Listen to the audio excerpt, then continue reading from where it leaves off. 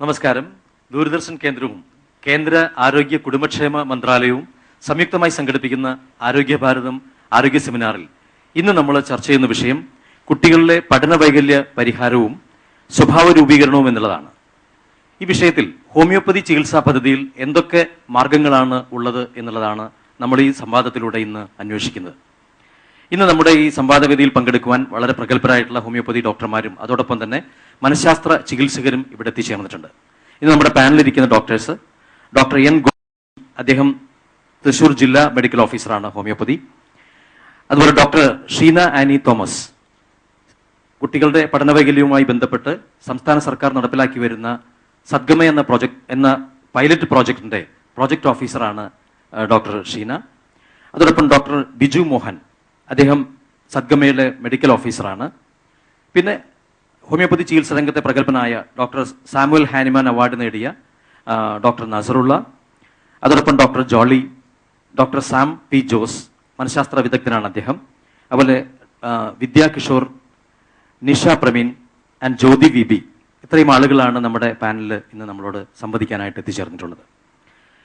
കേരള സർക്കാർ ഈ കൗമാരക്കാരുടെ പ്രശ്നങ്ങളുടെ പരിഹാരത്തിനായിട്ട് സദ്ഗമയ എന്നുള്ളൊരു പ്രോജക്റ്റ് ഈ വർഷം ഒരു പൈലറ്റ് പ്രോജക്റ്റായി നടപ്പിലാക്കി വരികയാണ്. നമ്മുടെ സ്കൂൾ കുട്ടികളിലുണ്ടാകുന്ന പഠന വൈകല്യങ്ങളെയും സ്വഭാവ രൂപീകരണത്തെയും എങ്ങനെയാണ് ഹോമിയോപ്പതിയിലൂടെ ചികിത്സിച്ച് ഭേദപ്പെടുത്തിയെടുക്കുക എന്നുള്ളതാണ് ഈ പ്രോജക്റ്റിലൂടെ ഗവൺമെന്റ് ലക്ഷ്യമിടുന്നത്.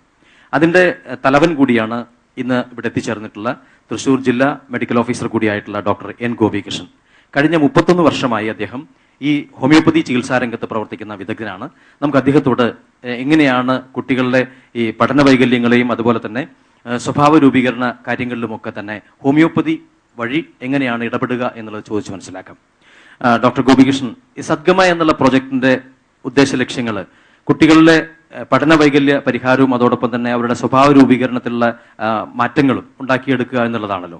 എന്താണ് യഥാർത്ഥത്തിൽ ഇതുകൊണ്ട് ഉദ്ദേശിക്കുന്നത്? സദ്ഗമയ എന്ന പ്രൊജക്ട് നമ്മൾ തൃശ്ശൂർ ഗവൺമെന്റ് ഹോമിയോ ഹോസ്പിറ്റൽ കിഴക്കമ്പാട്ടുകരയിലാണ് നമ്മൾ 2012-13 സാമ്പത്തിക വർഷത്തിൽ തുടങ്ങിയിരിക്കുന്നത്. ബഹുമാനപ്പെട്ട ഹെൽത്ത് മിനിസ്റ്റർ ശ്രീ ശിവകുമാറാണ് അത് ഉദ്ഘാടനം ചെയ്തത്. MLA ശ്രീ തേര അധ്യക്ഷനായിരുന്നു. ഇത് തുടങ്ങുന്നതിന് മുമ്പ് കഴിഞ്ഞ 10 വർഷമായിട്ട് നമ്മൾ കേരളത്തിലെ 14 ജില്ലകളായി ജ്യോതിർഗമയ എന്നൊരു സ്കൂൾ ഹെൽത്ത് പ്രോഗ്രാം വളരെ വൻ വിജയമായിട്ട് നമ്മൾ നടത്തിയിരുന്നു. ആ സ്കൂൾ ഹെൽത്ത് പ്രോഗ്രാമിന് ഒരു ഹോസ്പിറ്റലിലേക്ക് നമ്മൾ കൊണ്ടുവരുന്ന ഒരു ഭാഗമായിട്ടാണ് നമ്മൾ സദ്ഗമയ എന്ന പ്രൊജക്ട് തുടങ്ങിയിരിക്കുന്നത്. പക്ഷെ സദ്ഗമയ എന്നൊരു പ്രൊജക്ട് നമ്മൾ കൊടുക്കുന്നതിന് മുമ്പ് സർക്കാർ നമ്മളോട് ചോദിച്ചു, ഇത് എങ്ങനെയാണ് നിങ്ങൾ നടപ്പിലാക്കുന്നത്, എങ്ങനെ നിങ്ങൾ ഹോമിയോപ്പതിക്കാർക്ക് എന്ത് ഇതിൽ ചെയ്യാൻ സാധിക്കും, നിങ്ങളുടെ മരുന്നുകൾ കൊണ്ട് നിങ്ങളുടെ സ്വഭാവ വൈകല്യങ്ങൾക്ക് പഠന വൈകല്യങ്ങൾക്ക് വല്ല പ്രസക്തി ഉണ്ടോ ഒരു പ്രത്യേകം നമ്മളെ വിളിച്ച് നമ്മുടെ doctor Jamuna, doctor TK Balachandran എന്നിവരോട് അന്വേഷിച്ച് നമ്മളിവിടെ നിന്ന് പൈലറ്റ് പ്രൊജക്ട് കൊടുക്കുകയാണ് ചെയ്തത്.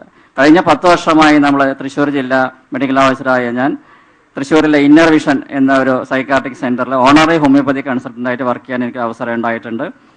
അതിലെ ഡയറക്ടർ ശ്രീ മൈത്രി സമാഗതനായിരുന്നു അതിൻ്റെ ഡയറക്ടർ ബോർഡിൽ ഉണ്ടായിരുന്നത്. അദ്ദേഹം എനിക്കൊരു അവസരം തരികയാണ് ചെയ്തത്. അവിടെ വരുന്ന പല കേസുകളും അലോപ്പതി, ആയുർവേദ, മറ്റ് ചികിത്സാ സമ്പ്രദായങ്ങൾ ചെയ്തിട്ടും ഫലിക്കാതെ ഒരു ഘട്ടം എന്ന സമയത്ത് ആ യാദൃശ്ചികമായിട്ട് എന്നൊരു ഹോമിയോ ഡോക്ടറുടെ സഹായം തേടിയാലോ എന്ന് പറഞ്ഞ് എന്നെ അവിടെ ക്ഷണിക്കാനുണ്ടായത്. നമ്മുടെ ഹോമിയോപ്പതി സിസ്റ്റത്തിന്റെ വളർച്ചയ്ക്ക് നാഴികക്കല്ല് നമ്മൾ ഈ ഒരു സദ്ഗമയ പ്രോജക്ട് നാഴികക്കല്ല് തുടക്കം കുറിച്ചത് അങ്ങനെയാണ് ശരിക്കും പറഞ്ഞത്. പക്ഷെ അങ്ങനെയാണെങ്കിലും പ്രൈവറ്റായിട്ട് നമ്മളൊരു ഓണറി ആയിട്ട് ഇവിടെ വർക്ക് ചെയ്യാൻ സാധിച്ചെങ്കിലും അത് സർക്കാരിലേക്ക് നമുക്ക് സമർപ്പിക്കാൻ സാധിച്ചത് കഴിഞ്ഞ 10 വർഷത്തെ നമ്മുടെ ചികിത്സാനുഭവം, എൻ്റെ ചികിത്സാനുഭവം തന്നെയാണ് അതിന് ഉപോത്ഫലകമായി സാധിച്ചത്. ആ ഒരു പ്രൊജക്ടിന്റെ നമ്മളെ കേസ് ഹിസ്റ്ററീസ് എല്ലാം സർക്കാരിന് സമർപ്പിച്ച് അത് നമുക്ക് ഹോമിയോപ്പതിക്കാരെയും എന്തെങ്കിലും സമൂഹത്തിന് ചെയ്യാൻ സാധിക്കുമെന്ന് ഉത്തമ ബോധ്യം നമ്മൾ കാണിച്ചു കൊടുത്ത ശേഷമാണ് ഗവൺമെന്റ് ഈ പൈലറ്റ് പ്രൊജക്ട് അംഗീകരിച്ചത്. നമ്മുടെ പല പ്രൈവറ്റ് സ്കൂളുകൾ നമ്മൾ കാണുന്നുണ്ട്. അതായത് കുട്ടികളെ പഠിക്കുന്നില്ല എന്ന് പറഞ്ഞ് കുട്ടികളെ TC കൊടുക്കുന്ന സമ്പ്രദായം നമ്മൾ അടുത്ത കാലത്ത് ധാരാളമായി കാണുന്നുണ്ട്. പക്ഷേ അതിന്റെ യഥാർത്ഥ കാരണം അവർ പഠന വൈകല്യമല്ല, അവരിലുള്ള ചില കുറവുകളാണ് നമ്മൾ കാണുന്നത്. അതിന് മരുന്നുകൾ കൊടുത്ത് നമുക്ക് ആ കറക്ഷൻ ചെയ്യാൻ സാധിച്ചിട്ടുണ്ട്. ആ കറക്ഷൻസിന് പുറമെ അവർക്ക് LD ടീച്ചറുടെ ട്രെയിനിങ്, സൈക്കാട്രിസ്റ്റിന്റെ സഹായം എന്നിവരുടെയും കൂടെ സഹായത്തോടെ കൂടി നമുക്ക് നല്ല രീതിയിൽ അവരെ നമുക്ക് മുന്നോട്ട്, അതായത് സമൂഹത്തിലെ മറ്റു നിലകളിലേക്ക് അവരെ കൈപിടിച്ചു ഉയർത്താൻ സാധിച്ചിട്ടുണ്ട്. ഈ സ്വഭാവ വൈകല്യം എന്ന് പറഞ്ഞാൽ ധാരാളം നമ്മൾ ആന്റി സോഷ്യൽസ് കാണിക്കുന്ന ഒരു കാലഘട്ടമാണ് സ്കൂൾസിൽ. നമ്മൾ ഓരോ സർക്കാർ സ്കൂളിൽ ചെന്ന് കഴിഞ്ഞാൽ ക്ലാസ്സിൽ കയറുമ്പോൾ തന്നെ ജനലും വാതിലും തല്ലിപ്പൊളിക്കുക, ബസ് കല്ലെറിയുന്ന പോലെ അമ്മയച്ഛന്മാരെ ദ്രോഹിക്കുക എന്ന് പലതരം നമ്മൾ കാണുന്നത്. പക്ഷേ ഇതെവിടെയാണ് ഇതിൻ്റെ കാരണങ്ങൾ നമ്മൾ അന്വേഷിച്ച് കണ്ടെത്തുമ്പോൾ വീട്ടിലെ പ്രോബ്ലംസ് ആണോ എന്ന് കാരണം, അല്ലെങ്കിൽ സ്കൂൾ ടീച്ചേഴ്സ് കുട്ടികളോട് പെരുമാറുന്നത്, ഇതെല്ലാം അവർ കാണിക്കുന്നത് ഇങ്ങനെ ഓരോ സ്വഭാവ വൈകൃതങ്ങളിലൂടെയാണ്. അപ്പോൾ ആ സ്വഭാവ വൈകൃതങ്ങളൊക്കെ നമ്മൾ ഹോമിയോപ്പതിയിൽ ചികിത്സ നേരത്തെ തന്നെ കണ്ടുപിടിച്ചിട്ടുണ്ട്. പക്ഷേ നമുക്കൊരു അവസരം നമ്മുടെ ജീവിതത്തിൽ, അല്ലെങ്കിൽ ഹോമിയോപ്പതി ഡിപ്പാർട്ട്മെന്റിനോ ഹോമിയോപ്പതി സിസ്റ്റംസിന് ഇത്ര കാലമായിട്ട് നമുക്കൊന്നും ചെയ്യാൻ സാധിച്ചില്ല. പക്ഷേ ഈ ഒരു അവസരം 2012-13 സർക്കാർ അംഗീകരിച്ച് നമുക്കൊരു പൈലറ്റ് പ്രൊജക്റ്റായിട്ട് ഇതിന് അംഗീകാരം തന്നിരിക്കുകയാണ്. ആ ഒരു ക്ലിനിക്ക് നമുക്ക് നല്ല രീതിയിൽ ഈ ഹോമിയോ ഹോസ്പിറ്റലിൽ നമ്മൾ നടത്തുന്നുണ്ട്. ഡോക്ടർ ഗോപികൃഷ്ണൻ, ഹോമിയോപ്പതിയിൽ എങ്ങനെയാണ് നമ്മൾ ഈ കുട്ടികളിലെ ഈ സ്വഭാവ വൈകല്യങ്ങളെ അല്ലെങ്കിൽ പഠന വൈകല്യങ്ങളൊക്കെ കണ്ടെത്തുന്നത്? അതിനുള്ള മാർഗം എന്താണ്? നമ്മുടെ സ്വഭാവ വൈകല്യം എന്ന് പറയുന്നത് നമ്മുടെ പാരൻസിനെ നമ്മുടെ അടുത്ത് കുട്ടികളെ ആദ്യം കൊണ്ടുവരിക ചെയ്യുന്നത്.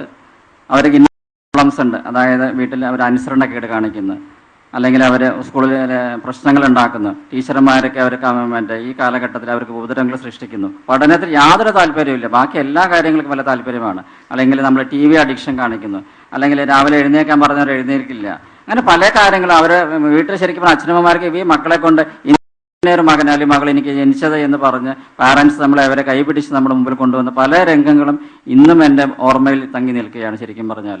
അപ്പോൾ ഈ ഒരു സാധ്യത നമുക്ക് ഹോമിയോപ്പതിയിൽ ഉണ്ട് നമുക്ക് തെളിയിക്കാൻ ഈ മരുന്നുകൾ കൊണ്ട് ശരിക്കും പറഞ്ഞാൽ അവരുടെ കേസ് ഹിസ്റ്ററീസ് എവിടെയാണ് അവർക്ക് തെറ്റുപറ്റിയിരിക്കുന്നത്.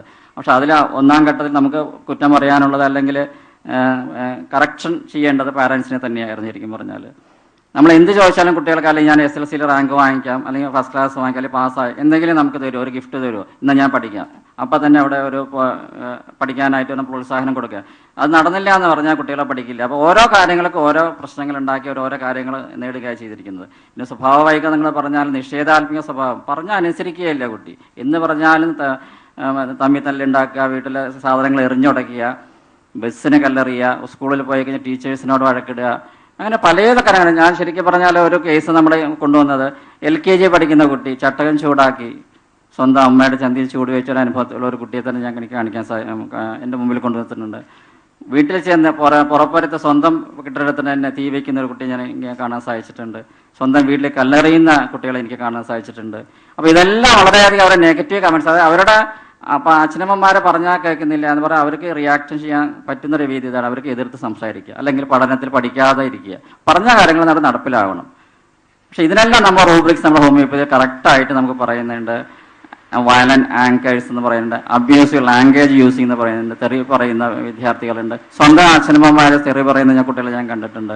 ഇത്രയും ഒരു നമ്മുടെ കാലഘട്ടത്തിൽ കലികാലം എന്ന് പറയുകയില്ല വേണ്ട, സ്വന്തം അച്ഛനമാർക്ക് കണ്ണീര് വീഴ്ത്തി നമ്മുടെയൊക്കെ മറ്റേ കിഴക്കമ്പാട്ടുകര ഹോമിയോ ഹോസ്പിറ്റലിൽ നമ്മൾ എല്ലാ ദിവസങ്ങളും ചെന്ന് കഴിഞ്ഞാൽ കാണാം അച്ഛനമ്മമാരെ കുട്ടികളെ കൊണ്ടുവരുന്ന കാഴ്ചകൾ കാണാം. എൻ്റെ മക്കളെ എന്തെങ്കിലും ഇത് നന്നാക്കി തരുമോ ഡോക്ടറെ. നമ്മൾ പറയുന്ന ആദ്യം നമ്മളവിടെ ഹോസ്പിറ്റലിൽ വന്നു കഴിഞ്ഞാൽ നേരെ ഡോക്ടറെ അടുത്ത് പോയി ഷീറ്റ് എടുത്ത് കഴിഞ്ഞ് ഒരു സൈക്കാട്രിസ്റ്റിൻ്റെ അടുത്ത് പോയി എന്താണ് ഇവരുടെ പ്രോബ്ലം ഡയഗ്നോസ് ചെയ്ത്, പിന്നെ കൗൺസിലറുടെ അടുത്ത് പോയി IQ ടെസ്റ്റ് ചെയ്ത് എവിടെയാണ് പ്രോബ്ലം, കൗൺസിലിംഗ് ആണോ വേണ്ടത്, അല്ലെങ്കിൽ സൈക്കാട്രിസ്റ്റ് ഹെൽപ്പാണോ വേണ്ടത്, എല്ലാം കഴിഞ്ഞ് ഹോമിയോ ഡോക്ടറെ അടുത്ത് പറഞ്ഞാൽ മരുന്നുകൊണ്ട് നമുക്ക് ഇവർക്ക് നമുക്ക് ശമനം കൊടുക്കാൻ പറ്റിയിട്ടുണ്ട്.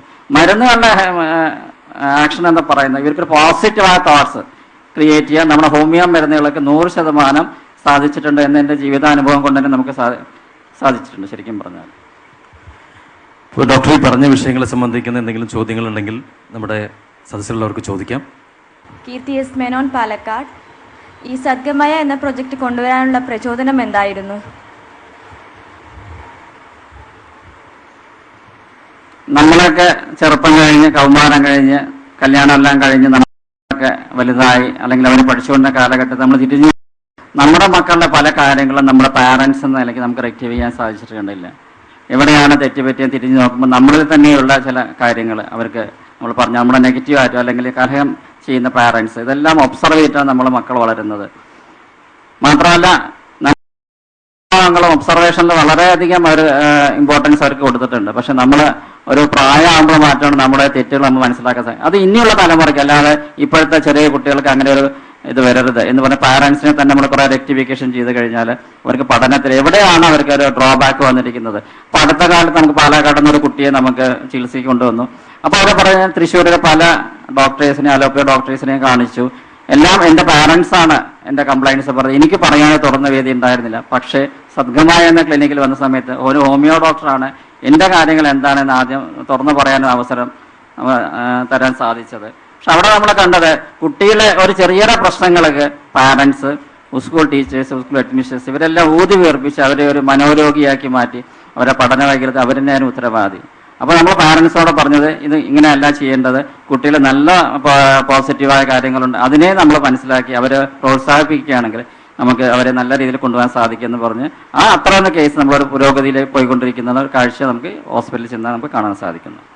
ഒരു മനുഷ്യാവകാശ പ്രവർത്തകനാണ്.